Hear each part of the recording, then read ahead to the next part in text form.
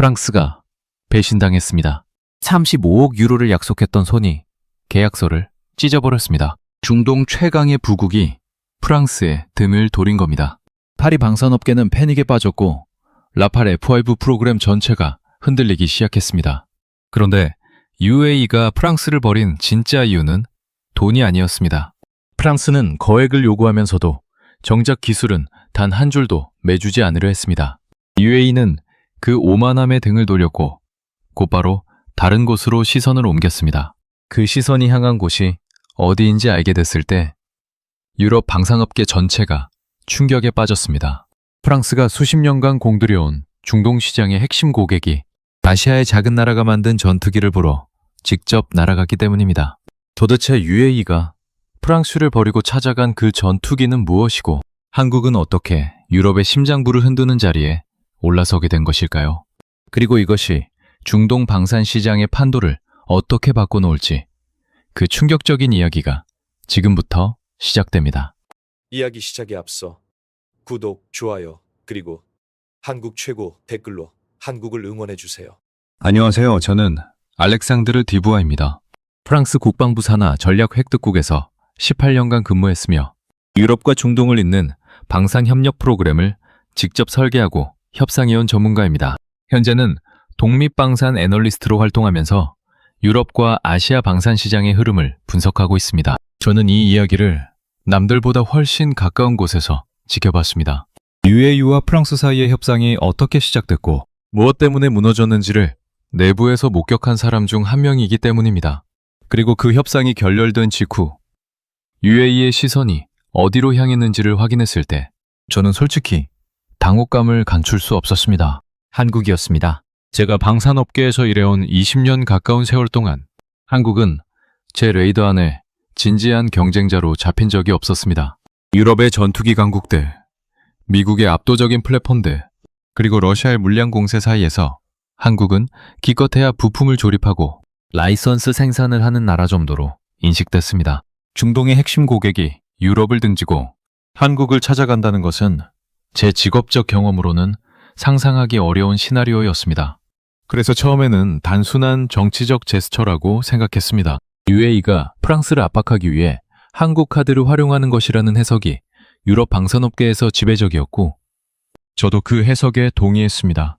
실제로 방산 협상에서 제3의 경쟁자를 끌어들여 협상력을 높이는 전술은 드물지 않기 때문입니다. 그런데 UAE 공군 관계자들이 직접 한국을 방문해 KF-21 시제기에 탑승했다는 소식이 전해지면서 상황이 달라졌습니다. 시뮬레이션이나 브리핑이 아니라 실제 기체에 직접 올라탄 것이었습니다. 방산협상에서 잠재 고객이 기체에 직접 탑승한다는 것은 단순한 외교적 방문과는 차원이 다른 의미를 가집니다. 그것은 실제 도입을 전제한 기술평가의 시작을 의미합니다. 저는 그때부터 한국의 KF-21을 처음으로 진지하게 들여다보기 시작했습니다. 그리고 데이터를 확인하면 할수록 제가 한국 방산에 대해 가지고 있던 인식이 얼마나 오래된 편견에 기반한 것이었는지가 드러났습니다. UAE가 프랑스를 버린 것은 충동적인 결정이 아니었습니다. 그것은 수년에 걸친 계산의 결과였고 그 계산의 중심에는 기술 이전이라는 핵심 조건이 있었습니다. 그리고 그 조건을 놓고 프랑스와 한국이 보여준 태도의 차이가 중동, 방산 시장의 판도를 바꾸는 결정적인 분기점이 됐습니다. 그 차이가 무엇인지를 이해하기 위해서는 UAE가 왜 처음에 라팔 F5에 그토록 큰 금액을 투자하려 했는지부터 살펴봐야 합니다. UAE는 단순한 무기 구매국이 아닙니다. 중동의 방산 허브를 자처하며 독자적인 방산산업 기반을 구축하려는 국가입니다. UAE의 국방비 지출은 2025년 기준으로 329억 달러에 달하며 이 중 상당 부분이 단순 도입이 아닌 기술 확보와 현지 생산 역량 강화에 투입되고 있습니다.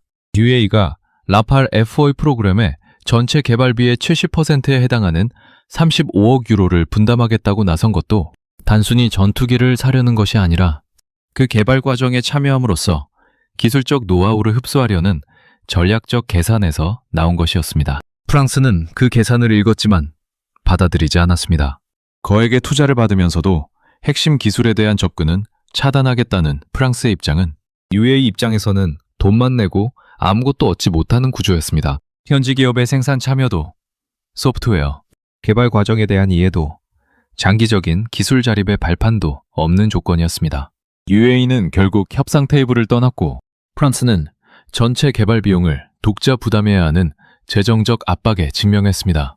이 상황에서 한국이 어떤 입장을 취하고 있는지를 확인했을 때 저는 처음으로 유럽이 놓치고 있는 것이 무엇인지를 실감했습니다. 한국은 기술 이전 문제에서 프랑스와 전혀 다른 방식으로 접근하고 있었습니다.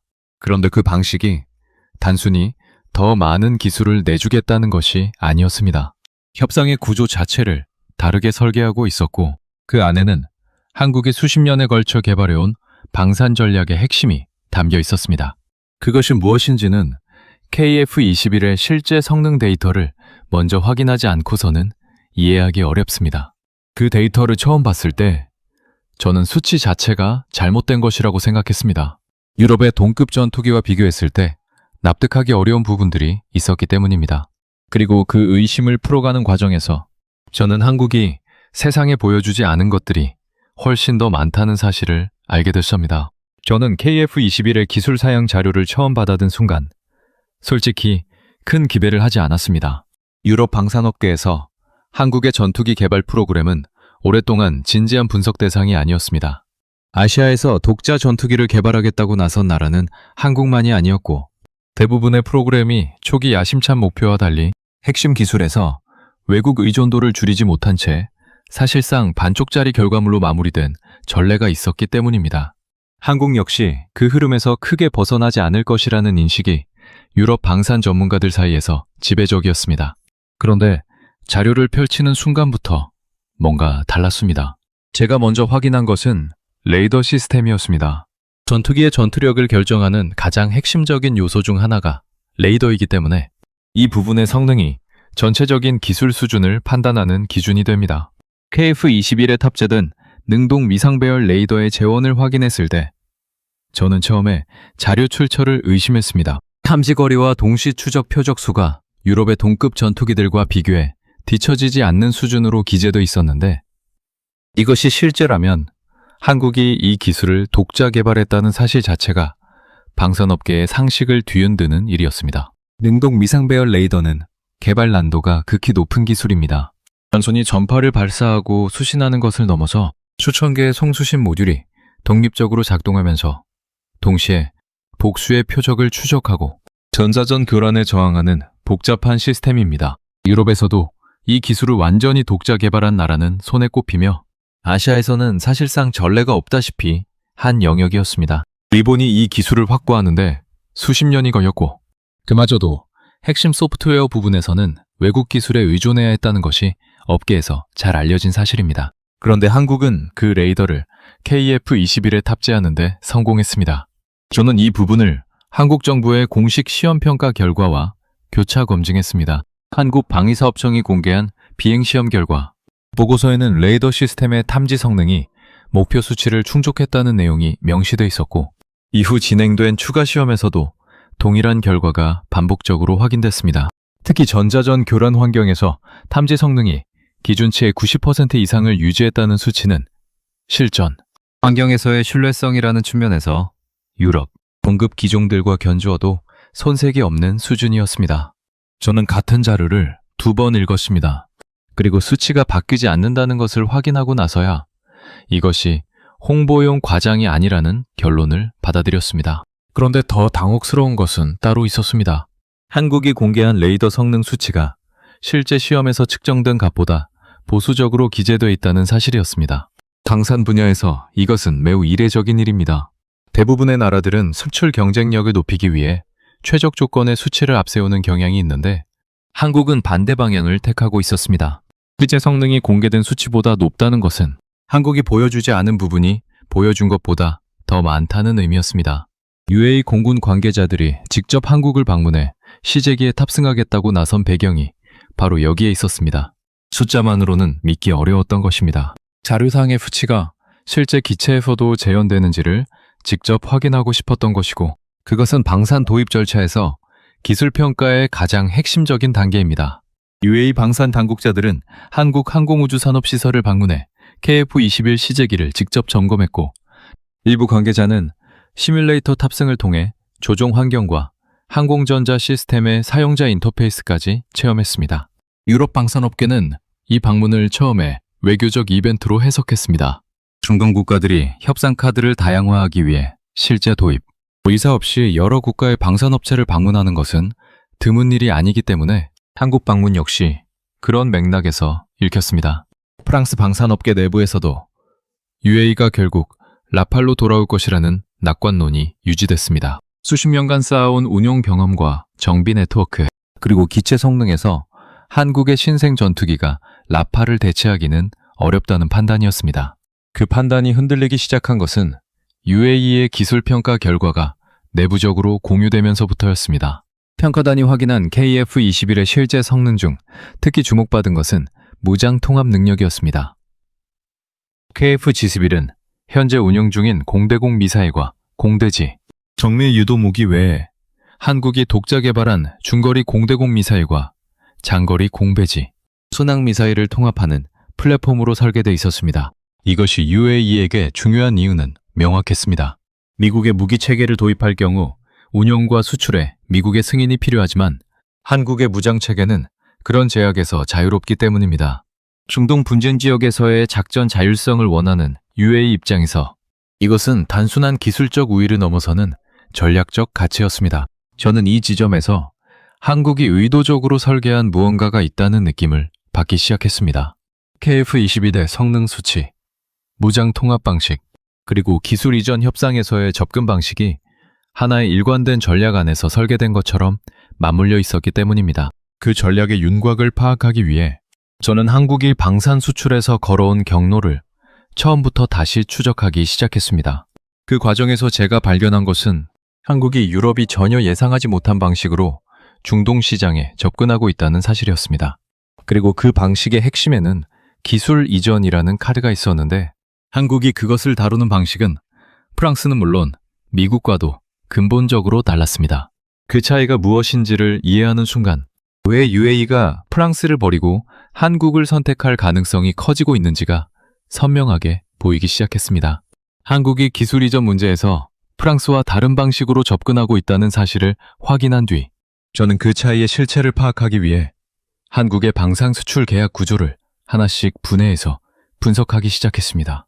처음에는 단순히 한국이 더 많은 기술을 내주는 방식으로 차별화하고 있다고 생각했습니다. 유럽과 미국이 핵심 기술 이전을 철저하게 차단하는 것과 달리 한국이 기술 공유에 더 유연한 입장을 취함으로써 가격, 경쟁력과 함께 추가적인 매력을 제공하는 전략이라는 해석이었습니다.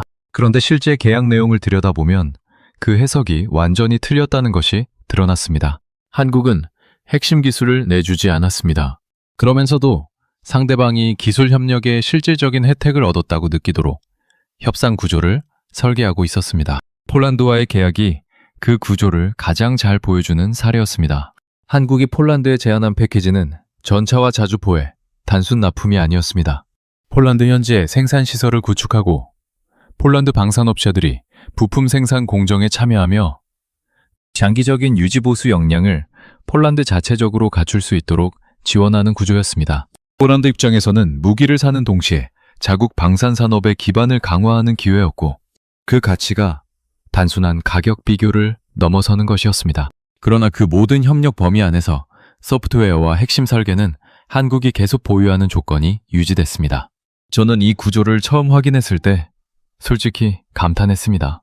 상대방에게 실질적인 혜택을 주면서도 기술적 우위를 유지하는 방식이 매우 정교하게 설계되어 있었기 때문입니다. 유럽의 방산 강국들이 기술 이전 요구를 단순히 거부하는 방식으로 대응해온 것과는 차원이 달랐습니다. 한국은 거부하는 것이 아니라 상대방이 원하는 것의 일부를 정확하게 제공하면서 나머지는 협상 불가 영역으로 설정하는 방식을 택하고 있었습니다. UAE가 이 구조에 주목한 것은 자연스러운 결과였습니다. 프랑스가 거액의 투자를 요구하면서도 현지 기업 참여와 기술 접근을 모두 차단한 것과 달리 한국은 UAE가 원하는 방산 허브 구축이라는 목표와 실질적으로 맞닿는 협력 구조를 제안할 수 있는 위치에 있었습니다.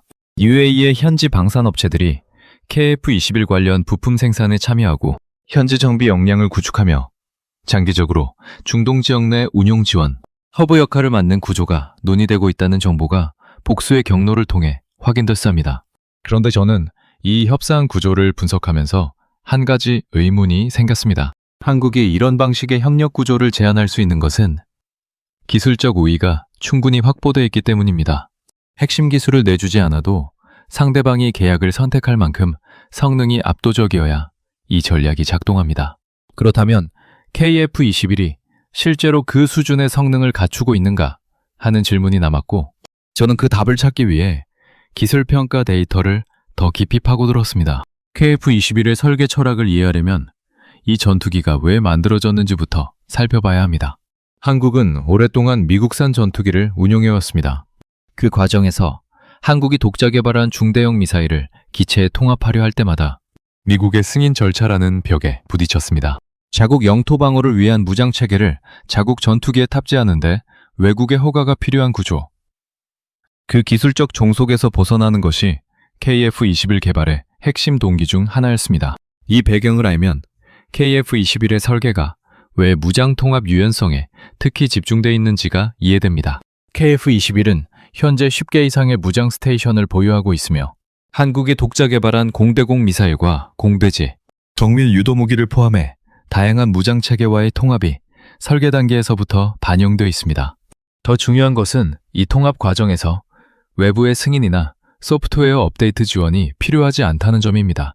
한국이 무장 통합 소프트웨어 전체를 독자 개발했기 때문에 새로운 무장 체계를 추가하거나 기존 무장의 성능을 개량하는 것을 독자적으로 결정하고 실행할 수 있습니다.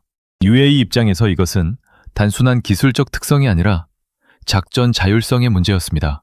중동의 복잡한 안보 환경에서 UAE는 특정 국가의 정치적 판단에 따라 무기 운용이 제한되는 상황을 원하지 않았습니다. 미국산 전투기를 운용할 경우 발생하는 수출 통제와 운용, 제한의 문제가 KF-21에서는 원천적으로 발생하지 않는다는 점이 기술, 평가 과정에서 중요하게 다뤄진 것으로 알려졌습니다. 그런데 제가 KF-21의 기술 데이터를 계속 분석하면서 진짜로 놀란 것은 성능 수치 자체가 아니었습니다. 한국이 이 기술들을 얼마나 짧은 시간 안에 독자적으로 완성했는가 하는 것이었습니다. KF-21 프로그램이 공식 출범한 것은 2015년이었습니다.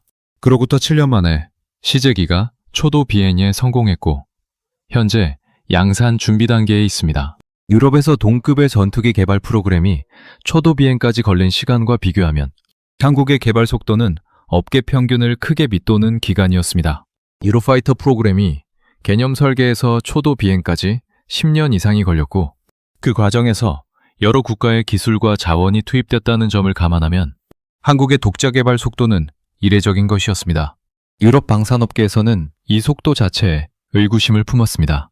개발 기간이 짧다는 것은 충분한 검증이 이루어지지 않았을 가능성을 의미하기도 하기 때문에 일부 전문가들은 KF-21이 실전 배치 단계에서 예상치 못한 결함이 드러날 것이라는 전망을 내놓았습니다. 신생 전투기 프로그램에서 초기 운용 단계의 결함은 드문 일이 아니고 그것이 수출 협상에서 리스크로 작용할 수 있다는 논리였습니다. 그 의구심이 데이터 앞에서 하나씩 무너지는 과정이 제가 이 이야기에서 가장 충격적으로 받아들인 부분이었습니다. KF-21은 현재까지 진행된 비행시험에서 누적 비행 횟수 기준으로 목표, 대비 높은 임무 완수율을 기록하고 있으며 기체 결함으로 인한 비행 중단 사례가 동급 신규 개발, 전투기 프로그램과 비교해 현저하게 낮은 수준이라는 것이 공개된 자료를 통해 확인됩니다. 이것은 설계의 완성도와 제조 품질이 동시에 높은 수준에서 관리되고 있다는 의미입니다. 저는 이 수치를 보고 나서 한국 방산에 대한 시각을 바꾸기로 결심했습니다. 그러나 동시에 한 가지 질문이 머릿속에서 사라지지 않았습니다. 한국이 이 모든 기술을 독자적으로 개발할 수 있었던 것은 단순히 의지와 자금만의 문제가 아닐 것이었습니다. 그 배경에는 한국이 수십 년에 걸쳐 쌓아온 특정 기술 기반이 있을 것이고 그것이 무엇인지를 파악하지 못하면 KF-21의 성능을 진정으로 이해했다고 할 수 없었습니다.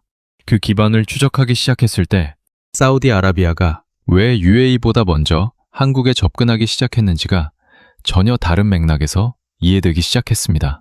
그리고 그것은 단순히 전투기 한 종류의 이야기가 아니었습니다. 사우디아라비아가 한국에 접근하기 시작한 것은 UAE의 움직임보다 훨씬 앞선 시점이었습니다. 표면적으로는 KF-21에 대한 관심이었지만 사우디가 실제로 원하는 것은 훨씬 더 넓은 범위의 방산 협력이었습니다. 사우디아라비아는 비전 2.3속이라는 국가 전략 아래 자국 방산 산업의 국산화율을 2030년까지 50%로 끌어올리겠다는 목표를 공식화했습니다. 현재 사우디의 방산 국산화율이 5% 내외라는 점을 감안하면 이것은 단순한 목표가 아니라 국가 산업 구조 전체를 바꾸는 수준의 프로젝트였습니다. 그 목표를 달성하기 위해 사우디가 필요로 하는 것은 무기가 아니라 기술이었습니다. 그리고 기술을 이전받기 위해 사우디가 접촉한 나라들의 목록을 보면 한국이 왜 그 안에 포함됐는지가 자연스럽게 이해됩니다. 미국은 핵심 기술 이전에 가장 엄격한 나라입니다. 사우디가 수십 년간 미국의 최대 방산 수출 고객 중 하나였음에도 불구하고 핵심 소프트웨어와 설계 기술에 대한 접근은 철저하게 차단됐습니다. 유럽은 미국보다는 유연했지만 프랑스와의 라팔 협상에서 드러났듯이 거액의 투자를 요구하면서도 실질적인 기술 공유에는 소극적이었습니다. 그 상황에서 한국이 보여준 방산 협력 방식은 사우디의 관심을 끌기에 충분했습니다. 사우디가 한국 방산에 주목하기 시작한 직접적인 계기는 천궁 미사일 방어 체계의 아랍에미리트 수출이었습니다. UAE가 35억 달러를 들여 한국의 미사일 방어 체계를 도입한 사실은 중동 방산 시장 전체에 강한 신호를 보냈습니다. UAE는 방산 도입에서 검증된 브랜드와 실전 기록을 최우선시하는 나라로 알려져 있었기 때문에 그런 UAE가 한국 시스템을 선택했다는 것은 기술력이 실제로 검증됐다는 의미였습니다. 사우디 방산 당국자들이 그 계약의 세부 내용을 분석하기 시작한 것은 자연스러운 수순이었습니다. 그 분석 과정에서 사우디가 주목한 것은 천궁의 성능 수치였습니다. 천궁 미사일 방어 체계는 탄도미사일과 순항미사일을 동시에 요격하는 능력을 보유하고 있으며 복수의 표적을 동시에 추적하고 우선순위를 결정하는 교전 관리 시스템이 핵심 경쟁력입니다. UAE의 기술평가 과정에서 측정된 다중, 표적 동시 대응 능력은 경쟁 시스템들과 비교해 우위에 있는 것으로 확인됐고 특히 저고도 순항미사일에 대한 탐지 및 요격 성공률이 기준치를 상회하는 결과가 나왔습니다.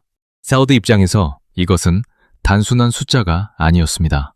후티 반군의 드론과 순항미사일 공격에 지속적으로 노출되어 온 사우디의 안보 현실에서 적어도 표적에 대한 방어 능력은 실질적인 생존과 직결되는 문제였기 때문입니다. 사우디가 한국과의 방산협력 논의를 본격화하면서 내부적으로 검토한 내용이 복수의 경로를 통해 확인됐습니다. 단순히 천궁을 추가로 도입하는 것이 아니라 사우디 현지에서 한국 방산 시스템의 부품을 생산하고 장기적으로 유지, 보수 역량을 자체적으로 구축하는 방향으로 협력 범위를 넓히는 것이 논의의 핵심이었습니다. 사우디 비전 203송의 방산 국산화 목표와 정확하게 맞닿는 협력 구조였고 한국 측도 이 방향에 대해 원칙적으로 수용 가능하다는 입장을 전달한 것으로 알려졌습니다. 그런데 저는 이 협상의 구조를 분석하면서 한 가지 패턴을 발견했습니다. 한국이 제안하는 협력 구조는 항상 동일한 원칙 위에 설계되어 있었습니다. 하드웨어 생산의 현지화는 허용하되 그것을 제어하는 소프트웨어는 한국이 계속 공급하는 구조입니다. 현지에서 부품을 만들고 조립할 수 있지만 그 부품들이 어떻게 통합되고 작동하는지를 결정하는 핵심 코드는 한국의 통제 아래 남아 있습니다. 사우디와 UAE가 이 조건을 수용하는 방향으로 협상이 진행되고 있다는 것은 한국의 기술이 그 조건을 감수할 만큼 압도적이라는 방증이었습니다. 저는 그 압도성의 근거를 찾기 위해 KF-21의 개발 과정에서 축적된 기술 데이터를 더 세밀하게 분석했습니다.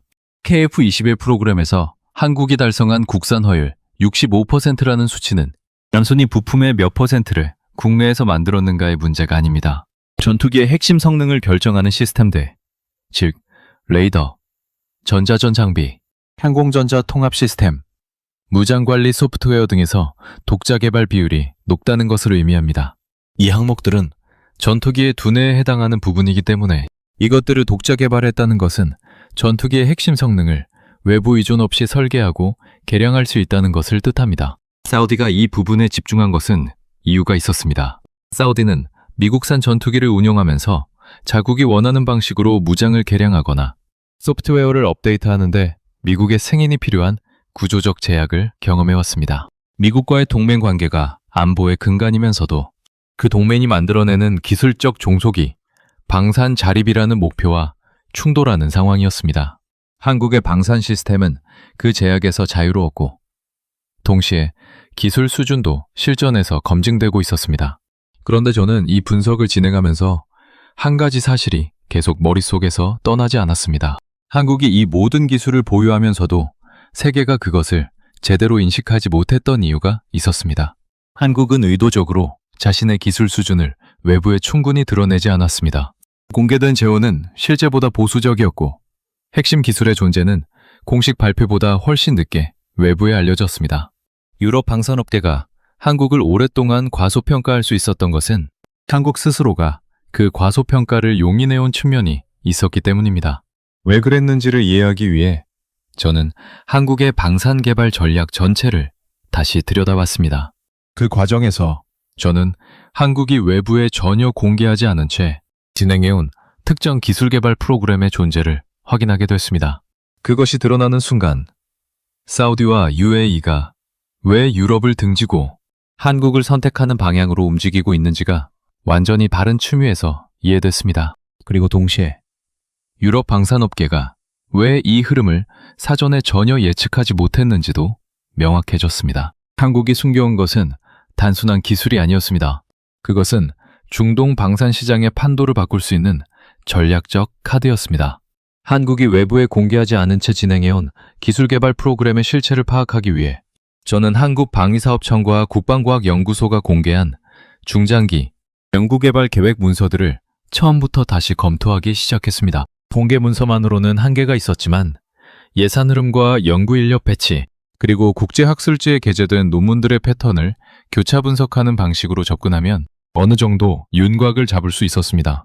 그리고 그 분석 결과가 나왔을 때 저는 한국이 전투기와 미사일, 암호 체계 너머에서 훨씬 더 근본적인 무언가를 준비하고 있었다는 사실을 마주하게 됐습니다. 한국이 집중적으로 투자해온 분야는 정밀 유도 기술과 항법 시스템의 독자화였습니다. 이것이 왜 중요한지를 이해하려면 현대 전쟁에서 정밀 유도 무기가 어떤 역할을 하는지를 먼저 알아야 합니다. 오늘날의 전투에서 승패를 결정하는 것은 단순히 얼마나 많은 무기를 보유했느냐가 아니라 그 무기가 얼마나 정확하게 목표물에 도달할 수 있느냐입니다.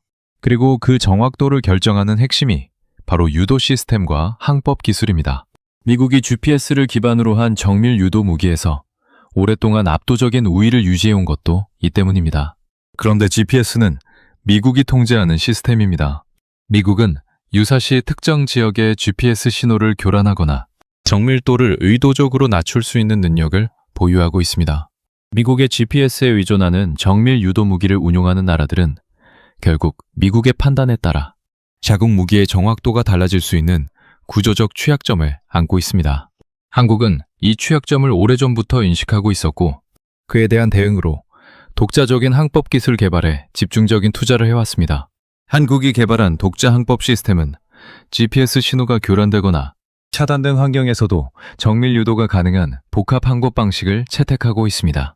관송 항법 장치와 지형 대조 항법, 그리고 영상, 인식 기반의 최종 유도 방식을 결합한 이 시스템은 GPS 의존도를 원천적으로 낮추는 방향으로 설계됐습니다.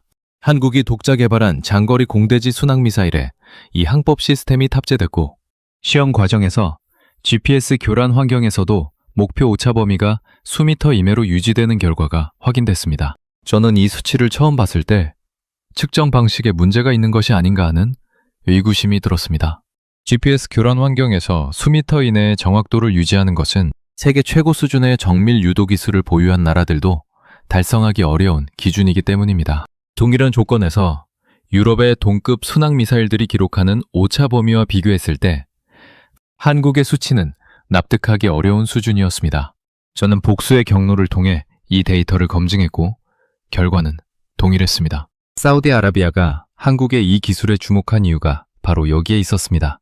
사우디는 예멘 내전 과정에서 후티 반군의 드론과 순항미사일 공격에 지속적으로 노출됐습니다. 이 경험을 통해 사우디 군 당국이 얻은 교훈 중 하나는 전자전, 교란 환경에서의 정밀 타격 능력이 생각보다 훨씬 중요하다는 것이었습니다. 후티 반군이 상용 전자장비를 활용해 GPS 신호를 교란하는 수준의 능력을 보여줬고, 그로 인해 일부 정밀 유도 무기의 효과가 저하되는 상황이 실제로 발생했기 때문입니다. 한국의 독자 항법 시스템은 바로 이 문제에 대한 해답이었습니다. GPS 교란에 저항하는 복합 항법 방식은 사우디가 직면한 실제 전장 환경에서 즉각적인 전술적 가치를 가졌습니다. 사우디가 단순히 KF-21이라는 전투기 플랫폼에 관심을 가진 것이 아니라 그 플랫폼에 통합된 무장체계와 유도기술 전체를 패키지로 확보하려 한 이유가 이것이었습니다. 전투기 한 대가 아니라 독자적인 정밀 타격 역량 전체를 갖추려는 것이었습니다. 그런데 유럽 방산업계는 이 흐름을 전혀 예측하지 못하고 있었습니다. 프랑스가 라팔 F5 협상에서 UAE를 잃고 나서도 한국이 중동 시장에서 실질적인 경쟁자로 부상했다는 인식이 유럽 방산 주류에서 자리를 잡는 데는 상당한 시간이 걸렸습니다. 한국의 전투기가 유럽산 전투기와 동급의 정밀 유도 능력을 보유하고 있다는 사실 자체를 받아들이기 어려워했고, 일부 유럽 방산 매체에서는 한국의 기술 주장이 과장됐을 가능성을 제기하는 분석을 내놓기도 했습니다. 그 회의론이 무너지는 데는 그리 오랜 시간이 걸리지 않았습니다. 한국이 독자 개발한 전술 지대지 미사일의 시험 결과가 공개되면서 한국의 정밀 유도 기술 수준이 구체적인 수치로 확인됐기 때문입니다. 이 미사일은 사거리 기준으로 한반도 전역을 타격할 수 있는 능력을 보유하면서도 최종 단계의 목표, 오체 범위가 수미터 이내라는 시험 결과가 공식 발표됐습니다. 이 수준의 정확도는 미국과 소수의 유럽 국가들만이 달성한 기술적 기준이었고, 한국이 그 반열에 올랐다는 사실이 공식 데이터로 확인된 것이었습니다. 사우디와 UAE의 관심이 KF-21이라는 전투기 플랫폼을 넘어서 한국의 정밀 유도무기, 생태계 전체로 확장되기 시작한 것이 바로 이 시점이었습니다. 그런데 저는 이 흐름을 추적하면서 한 가지 더 충격적인 사실을 발견했습니다. 한국이 정밀 유도 기술에서 달성한 성과는 독립적인 연구 개발의 결과가 아니었습니다. 그 기저에는 한국이 수십 년에 걸쳐 민간 산업에서 축적해온 특정 기술 역량이 있었고, 그 역량이 방산 분야로 전환되면서 예상을 훨씬 뛰어넘는 성과를 만들어냈습니다. 그 기술 역량이 무엇인지를 확인하는 순간 저는 한국이 중동 방산 시장에서 단기적인 수출 성과를 노리는 것이 아니라 훨씬 더 장기적인 구조적 변화를 설계하고 있다는 것을 깨달았습니다. 그리고 그 설계의 핵심에는 유럽도 미국도 예상하지 못한 방식으로 기술 우위를 유지하는 전략이 담겨 있었습니다. 사우디가 한국과의 협상에서 기술 이전 범위를 지속적으로 넓히려 하면서도 협상 테이블을 떠나지 않는 이유, 그리고 UAE가 프랑스를 버리고도 유럽의 다른 대안으로 눈을 돌리지 않고 한국을 향해 있는 이유가 바로 그 전략과 연결돼 있었습니다. 그 연결고리가 드러나는 순간 중동 방산 시장의 지형이 왜 지금 이 순간 근본적으로 바뀌고 있는지가 비로소 완전하게 이해됐습니다. 한국이 보유한 기술 역량의 기저를 추적하기 위해 저는 방산 분야를 잠시 벗어나 한국의 민간 산업 전반을 다시 들여다보기 시작했습니다. 방산 기술과 민간 기술의 경계가 허물어지는 현상은 전 세계적인 흐름이지만 한국만큼 그 전환이 빠르고 효과적으로 이루어진 사례는 찾기 어렵습니다. 그리고 그 전환의 핵심에는 한국이 세계 최고 수준의 경쟁력을 보유한 두 가지 민간 산업이 있었습니다. 반도체와 정밀 제조업이었습니다. 반도체가 방산과 어떻게 연결되는지는 앞선 분석에서 일부 다뤘지만 정밀 제조업의 역할은 외부에서 거의 주목받지 못한 부분이었습니다. 한국의 정밀 제조업은 반도체 생산 장비, 디스플레이 패널, 그리고 자동차 부품 분야에서 세계 최고 수준의 가공, 정밀도를 요구하는 공정을 수십 년에 걸쳐 내재화해온 산업입니다. 미크론 단위의 오차를 관리하는 제조 역량이 민간 산업에서 표준으로 자리 잡은 나라가 방산 분야에서 정밀 유도 무기를 개발할 때 그 제조 역량이 그대로 이전된다는 것은 논리적으로 자연스러운 결과입니다. 그런데 유럽 방산업계는 이 연결고리를 오랫동안 진지하게 분석하지 않았습니다. 한국의 방산 대기업들이 민간 제조업과 방산, 사업은 동시에 운영하는 구조라는 사실이 여기서 결정적인 역할을 했습니다. 민간 부문에서 축적된 정밀 가공 기술, 품질 관리 시스템, 그리고 대량 생산 역량이 방산 제품 개발에 직접적으로 적용되는 구조입니다. 유럽의 방산업체들이 방산만을 전문으로 하는 경우가 많은 것과 달리 한국의 방산 대기업들은 민간과 방산을 넘나들며 기술을 교차 적용하는 방식으로 개발 비용을 낮추고 품질을 끌어올렸습니다. KF-21의 기체 제조 정밀도가 예상을 뛰어넘는 수준으로 확인된 배경에는 이 구조가 있었습니다. 사우디와 UAE가 한국 방산의 매력을 느끼는 것은 단순히 기술 수준 때문만이 아니었습니다. 한국이 제안하는 협력 구조 안에는 방산, 기술 이전과 함께 민간 제조업 역량의 이전이 패키지로 연결되는 방식이 포함되어 있었습니다.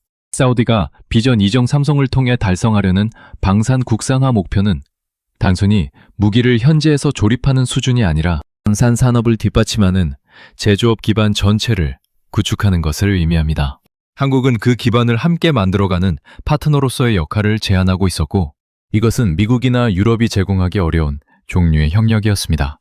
미국은 첨단 방산 기술을 보유하고 있지만 제조업 기반의 이전에는 소극적입니다. 유럽은 방산 기술 이전에 까다로운 조건을 달면서 현지 산업 육성에 대한 실질적인 기여를 꺼립니다. 한국은 그 간격을 정확하게 파고들었습니다. 그런데 저는 이 분석을 진행하면서 한국의 전략에서 가장 흥미로운 부분을 발견했습니다. 한국이 사우디와 UAE에 제안하는 협력 구조는 표면적으로는 상대방에게 유리한 것처럼 보이지만 실제로는 한국이 장기적으로 더 강한 위치를 확보하는 방향으로 설계돼 있었습니다.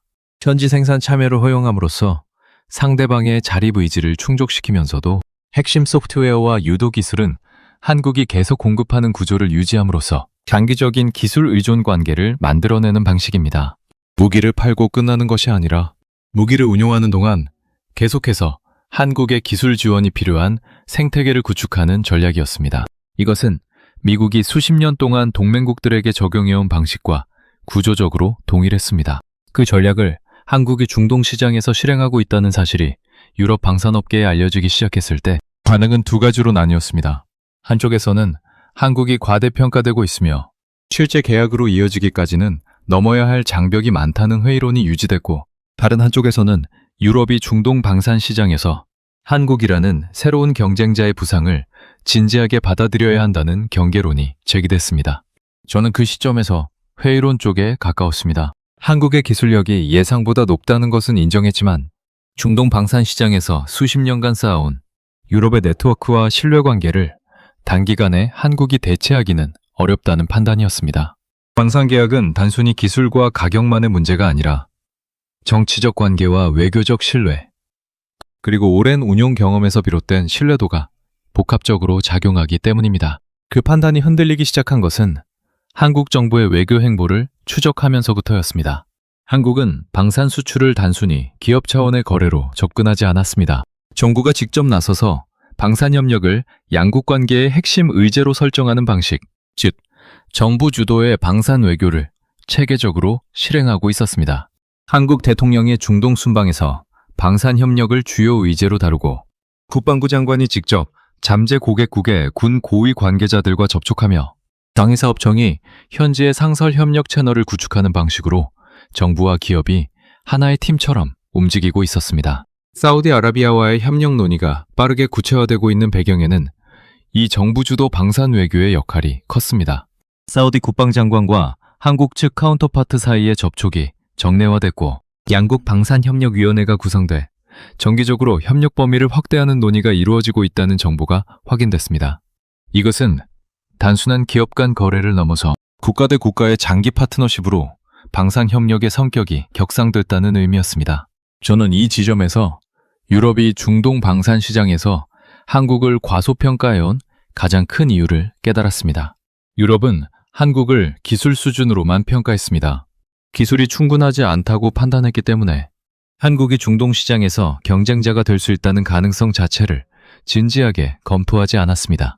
그런데 한국은 기술과 외교와 산업 협력을 하나의 패키지로 묶어서 접근하고 있었고, 그 패키지의 총체적인 가치가 유럽이 제공하는 것을 넘어서기 시작한 것이었습니다. 그런데 이 모든 분석보다 더 충격적인 사실이 남아 있었습니다. 한국이 중동 시장에서 실행하고 있는 전략의 진짜 핵심은 지금까지 제가 설명한 것들이 아니었습니다. 그것들은 모두 표면에 드러난 부분이었고, 그 아래에는 유럽도 미국도 제대로 파악하지 못한 한국만의 결정적인 경쟁 우위가 숨겨져 있었습니다. 그것이 드러나는 순간 사우디와 UAE가 왜 어떤 조건에서도 한국과의 협상 테이블을 떠나지 않는지가 완전히 새로운 방식으로 이해됩니다. 한국만의 결정적인 경쟁 우위를 파악하기 위해 저는 방산협력의 틀을 완전히 벗어나서 한국이 중동 국가들과 맺어온 관계의 역사를 처음부터 다시 살펴봤습니다. 방산 수출은 결코 진공 상태에서 이루어지지 않습니다. 어떤 나라가 다른 나라의 무기를 사는 결정을 내리는 데는 기술과 가격 외에도 수십 년에 걸쳐 쌓인 신뢰와 협력의 역사가 작용합니다. 그리고 그 역사를 들여다보면 한국이 중동에서 가지고 있는 자산이 방산 분야에만 국한되지 않는다는 사실이 드러납니다. 한국은 1970년대부터 중동 건설 시장에 진출했습니다. 사우디아라비아의 고속도로, 항만, 발전소, 담수화 플랜트를 한국의 건설 대기업들이 시공했고 그 과정에서 수십만 명의 한국 근로자들이 중동 현지에서 일했습니다. 단순히 공사를 수주하고 끝나는 것이 아니라 수십 년에 걸쳐 현지 발주처와 인적 네트워크를 쌓아온 역사입니다. 사우디 정부 관계자들 중 상당수가 한국 건설사와의 협력 경험을 직접 가지고 있으며 그 경험에서 형성된 한국에 대한 신뢰가 방산협력 논의에서 보이지 않는 자산으로 작용하고 있었습니다. 유럽 방산업체들이 갖추지 못한 것이 바로 이것이었습니다. 프랑스와 영국이 중동에서 쌓아온 관계는 주로 정치, 외교적 맥락이나 군사협력의 틀 안에서 형성된 것이었습니다. 반면 한국은 인프라 건설이라는 실질적인 협력을 통해 사우디, 사회 깊숙이 뿌리를 내린 신뢰 기반을 보유하고 있었습니다. 그 신뢰 기반이 방산협력이라는 새로운 영역으로 확장되는 과정에서 한국은 처음부터 시작하는 것이 아니라 이미 형성된 관계 위에서 협상을 시작할 수 있었습니다. 사우디 비전 2030과 한국의 방산 수출 전략이 맞물리는 지점이 바로 여기였습니다. 사우디 비전 2030은 방산 국산화만을 목표로 하는 것이 아닙니다. 석유 의존 경제에서 벗어나 제조업과 기술 산업 기반을 구축하는 국가 대전환 프로젝트입니다.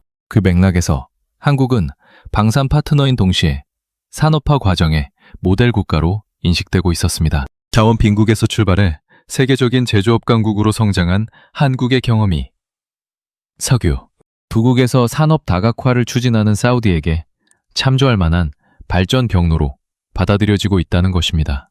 이 인식이 방산 협상 테이블에서 어떤 효과를 만들어내는지는 협상 진행 방식에서 구체적으로 확인됩니다. 사우디와 한국 사이의 방산 협력 논의는 단순히 무기 체계 도입을 다루는 것이 아니라 방산 산업, 생태계 전체를 함께 구축하는 방향으로 논의 범위가 설정돼 있었습니다. 한국의 방산 대기업이 사우디 현지의 합작법인을 설립하고 사우디 인력이 한국에서 기술 교육을 받으며 사우디 내 방산 연구개발 시설이 구축되는 방향의 협력 구조가 논의되고 있다는 정보가 복수의 경로를 통해 확인됐습니다.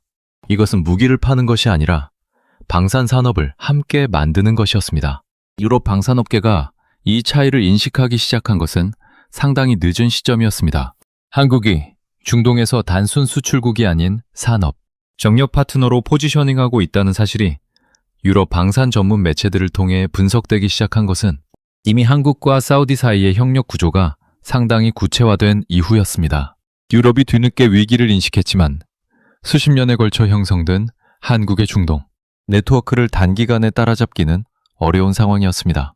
그런데 저는 이 분석을 진행하면서 한국의 전략에서 가장 정교한 부분을 발견했습니다. 한국이 사우디와 UAE에 각각 다른 방식으로 접근하고 있다는 사실이었습니다.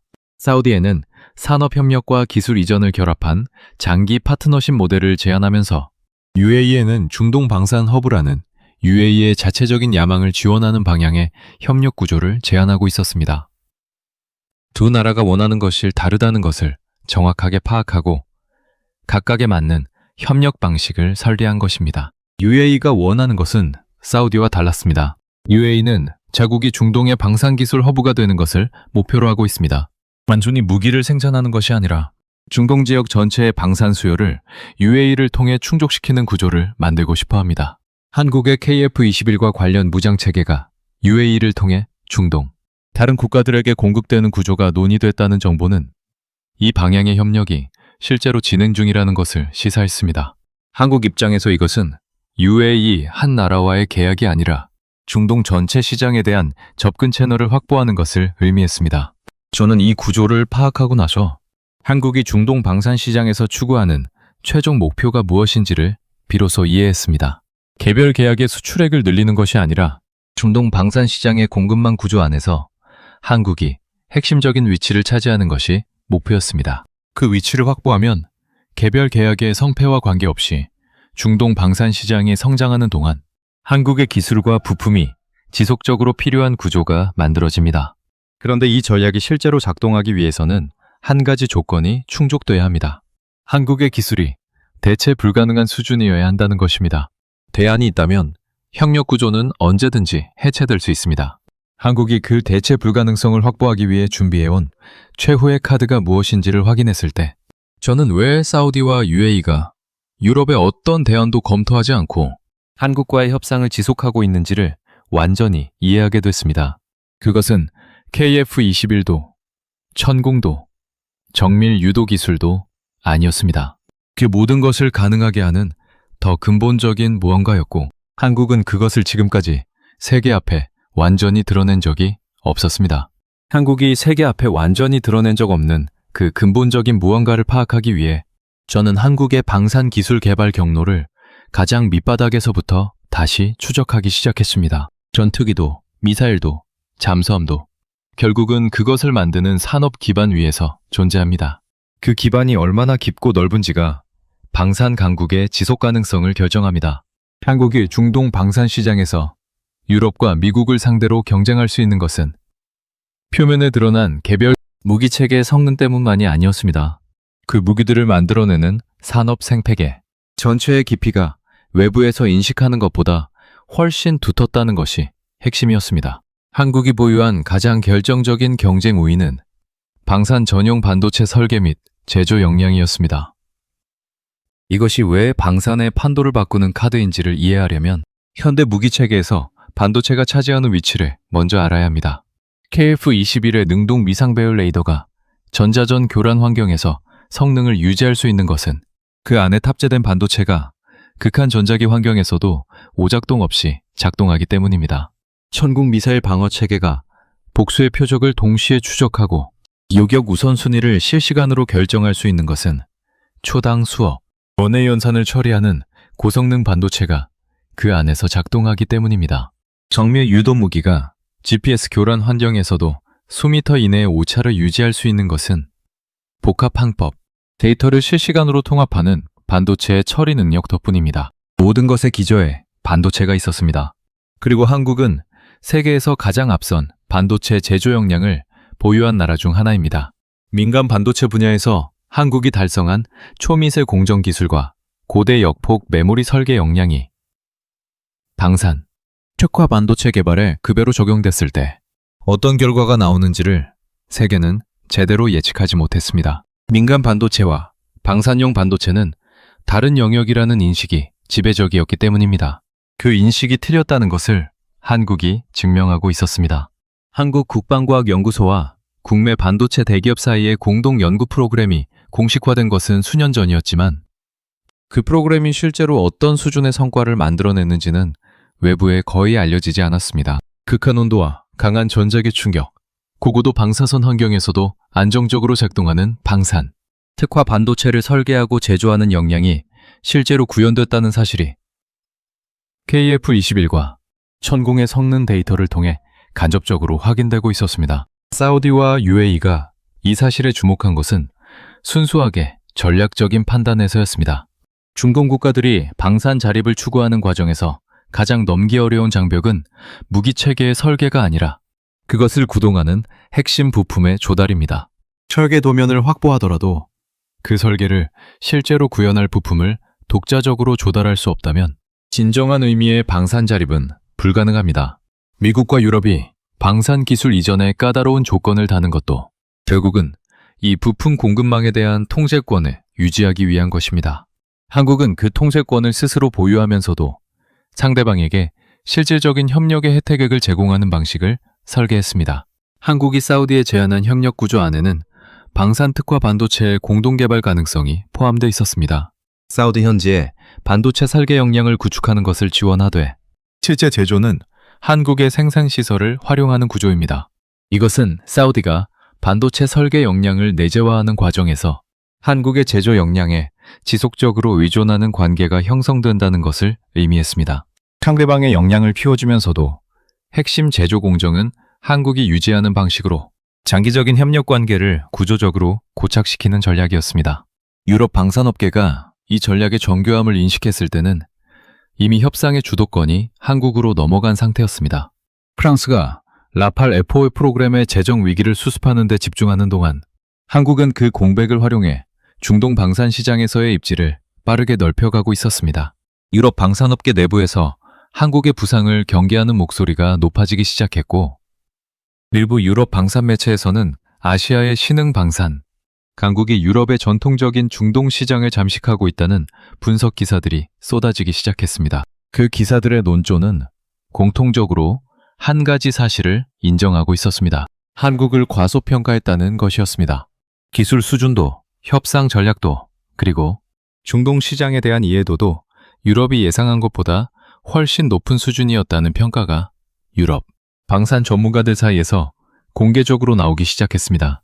수십 년간 한국을 부품 조립 국가로 분류해온 유럽 방산업계가 이제 한국을 진지한 경쟁자로 재평가해야 하는 상황에 직면한 것이었습니다. 사우디아라비아와 UAE가 한국과의 협상에서 보여주는 태도가 그 재평가를 가장 극적으로 보여주는 증거였습니다.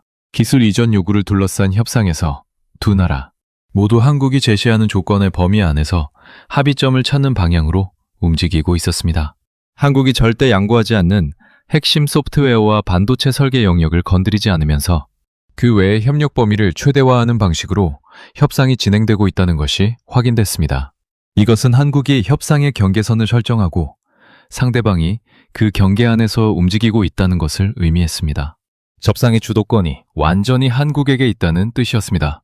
저는 이 모든 과정을 추적하고 나서 처음에 제가 가졌던 확신이 얼마나 근거 없는 것이었는지를 인정할 수밖에 없었습니다. 프랑스 방산업계에서 20년 가까이 일하면서 저는 유럽이 방산 기술의 정점이라는 인식을 당연하게 받아들였습니다. 아시아의 나라가 유럽과 대등하게 혹은 일부 영역에서는 유럽을 앞서는 방산 기술을 보유할 수 있다는 가능성을 진지하게 검토한 적이 없었습니다. 그 편견이 한국의 실제 기술 수준을 보지 못하게 만들었고 결과적으로 중동 시장에서 한국의 부상을 예측하지 못하는 실패로 이어졌습니다. 한국은 세상이 주목하지 않는 동안 조용히 기술을 쌓았습니다. 무시당하면서도 개발을 멈추지 않았고 과소평가받으면서도 원칙을 굽히지 않았으며 압박을 받으면서도 핵심 기술을 지켰습니다. 그 결과가 지금 중동 방산 시장에서 나타나고 있습니다. 프랑스가 잃은 자리에 한국이 들어서고 유럽이 수십 년간 공들여온 고객들이 아시아의 작은 나라가 만든 전투기를 향해 시선을 돌리고 있습니다. 기술 이전이라는 조건을 둘러싼 협상에서 한국이 보여준 것은 단순한 협상 전술이 아니었습니다. 그것은 수십 년에 걸쳐 축적된 기술 생태계에 대한 자신감이었고 그 자신감이 중동 방산 시장의 판도를 바꾸는 힘이 되고 있었습니다. 사우디아라비아가 원하고 UAE가 선택하려 하며 유럽이 뒤늦게 경계하기 시작한 것은 결국 한 가지였습니다. 조용히 그러나 확실하게 세계 방산 시장의 질서를 다시 쓰고 있는 한국의 기술력이었습니다.